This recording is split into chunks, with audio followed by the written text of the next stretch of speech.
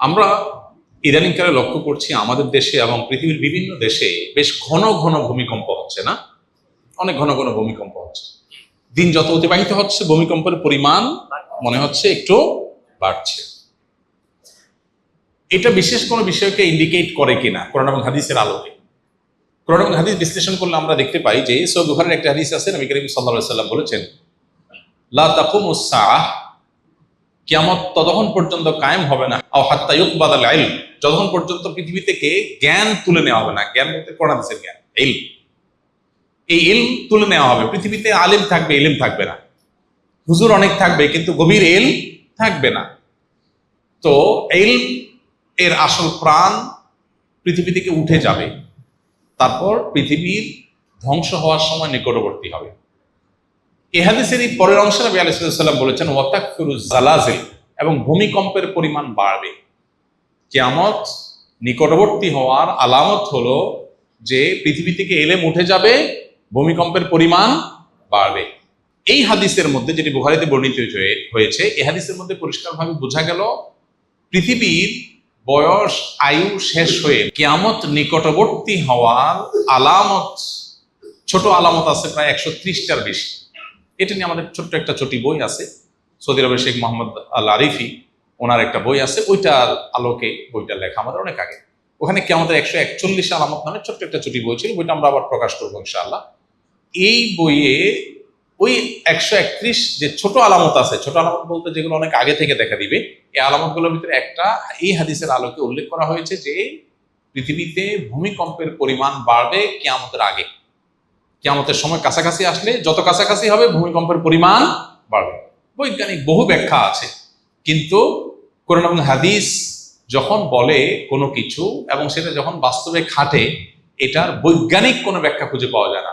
পৃথিবীতে 500 বছর আগে এটা হয় না, এখন কেন হয়েছে? অনেক উত্তরই সায়েন্স বা বিজ্ঞান দিতে পারবে না, কিন্তু কোরআন হাদিসে বলা আছে কি আমাদের আগে এখন এটা হবে, তখন এটা হবে। এগুলোর বেশিরভাগ, এই যে নবী সাল্লাল্লাহু আলাইহি ওয়াসাল্লাম যে সময় ভবিষ্যদ্বাণী করে গেছেন 131টা কিয়ামতের আগে, এর বেশিরভাগ কিন্তু ঘটে গেছে, এর বেশিরভাগ বাস্তবায়িত পৃথিবীতে হয়ে গেছে। এটাই হলো তার আল্লাহর নবী এবং রাসূল হওয়ার অনেক বড় একটা প্রমাণ। তো যাই হোক, পৃথিবীতে এই যে আপনার ভূমিকম্পের পরিমাণ বাড়বে, এটা কি আমাদের আলামতের মধ্যে থেকে একটা। আমাদের উচিত হলো ইস্তেগফার করা, আল্লাহর দিকে ধাবিত হওয়া, নির্মাণ সংক্রান্ত যে সমস্ত নীতিমালা আছে, গাইডলাইন আছে, সেগুলোকে ফলো করা। আমাদের কর্তৃপক্ষের উচিত হলো এ ধরনের আল্লাহ না করুন অনাকাঙ্ক্ষিত কোনো পরিস্থিতি আমাদের মতো এরকম ঘন বসতির এই শহরে যদি হয়, এই অনিয়ন্ত্রিত আপনার নিয়ম বহির্ভূত ভাবে বেড়ে ওঠা ভবনগুলোর শহরে যদি হয়, আল্লাহ না করুন, তাহলে কি হবে সেটা একমাত্র আল্লাহ ভালো জানেন। এই জন্য যথাযথ ব্যবস্থা গ্রহণ করা দরকার। হয়তো কিছুটা ব্যবস্থা গ্রহণ করাও হচ্ছে, কিন্তু অবশ্যই সেটাকে আরো জোরদারভাবে, জোরালোভাবে করা দরকার, যাতে আল্লাহ না করুন কোনো বড় ভূমিকম্প হলে, কোনো বিপদ হলে আমরা যেন একে অন্যকে উদ্ধার করার রাস্তাটা অন্তত খোলা থাকে।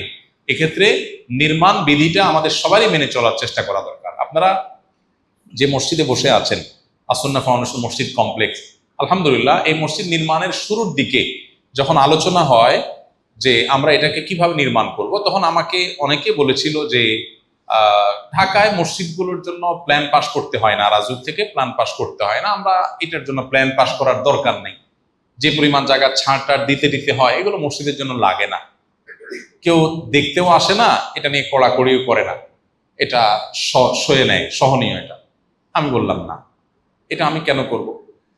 নির্মাণ বিধি মেনে চলা সবার নিরাপত্তার জন্য দরকার। তো নিরাপত্তার জন্য দরকার যেটা, শৃঙ্খলার জন্য যেটা দরকার, সেটা মেনে চলার শিক্ষা ইসলাম দিয়েছে। সেটা মসজিদ তো আগে পালন করবে। মসজিদকে কেন ভায়োলেশন করানো হবে মসজিদকে দিয়ে? এটা তো উচিত হবে না। বলে যে না, ভায়োলেশন করলে আমরা অনেক বেশি জায়গা পাবো, অনেক বড় করতে পারবো, আমরা একটু ছোট হোক।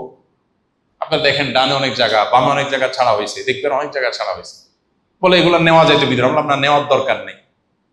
আল্লাহর ঘর, এখান থেকে মানুষ নীতি এবং আদর্শ শিখবে। এখান থেকে যদি ভায়োলেশন শিখে, তাহলে মানুষ শিখবে কোত্থেকে? শুধু ওয়াজ থেকে শিখবে? মসজিদ নিজেই তো, মসজিদের অবস্থান থেকেও তো মানুষ শিখবে। তাই আমি বললাম না, এটা হতে পারে না। আলহামদুলিল্লাহ, আমরা বললাম যে বাংলাদেশে কোন মসজিদ আপনার প্ল্যান পাস করছে, কে করে নাই, কোন মসজিদকে দিয়ে মসজিদ কমিটির লোকজন ভায়োলেশন করছে আর করে নাই, এগুলো আমাদের জানা নাই। তবে আমরা এগুলোকে সঠিক মনে করি না।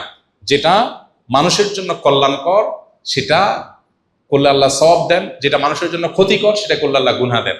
অতএব একজন ইমানদার তিনি কোন অবস্থাতেই মানুষের জন্য ক্ষতিকর কিছু করতে পারেন না। তো যেটা বলছিলাম ভূমিকম্পের ব্যাপারে, যে কিয়ামতের আলামত সমূহের মধ্যে থেকে একটা, আমাদের উচিত সতর্ক হওয়া, আমাদের উচিত সচেতন হওয়া, নির্মাণ বিধি মেনে চলা, এবং সরকার এবং সংশ্লিষ্ট দুর্যোগ মন্ত্রণালয় সহ কর্তৃপক্ষের কর্তব্য হলো আল্লাহ না করুন বড় কোনো বিপদের আশঙ্কা যেটা দীর্ঘদিন থেকে করা হচ্ছে, যদি এরকম কিছু হয় অন্তত উদ্ধার কাজ যেন চলে, সেজন্য যথাযথ ব্যবস্থা গ্রহণ করা।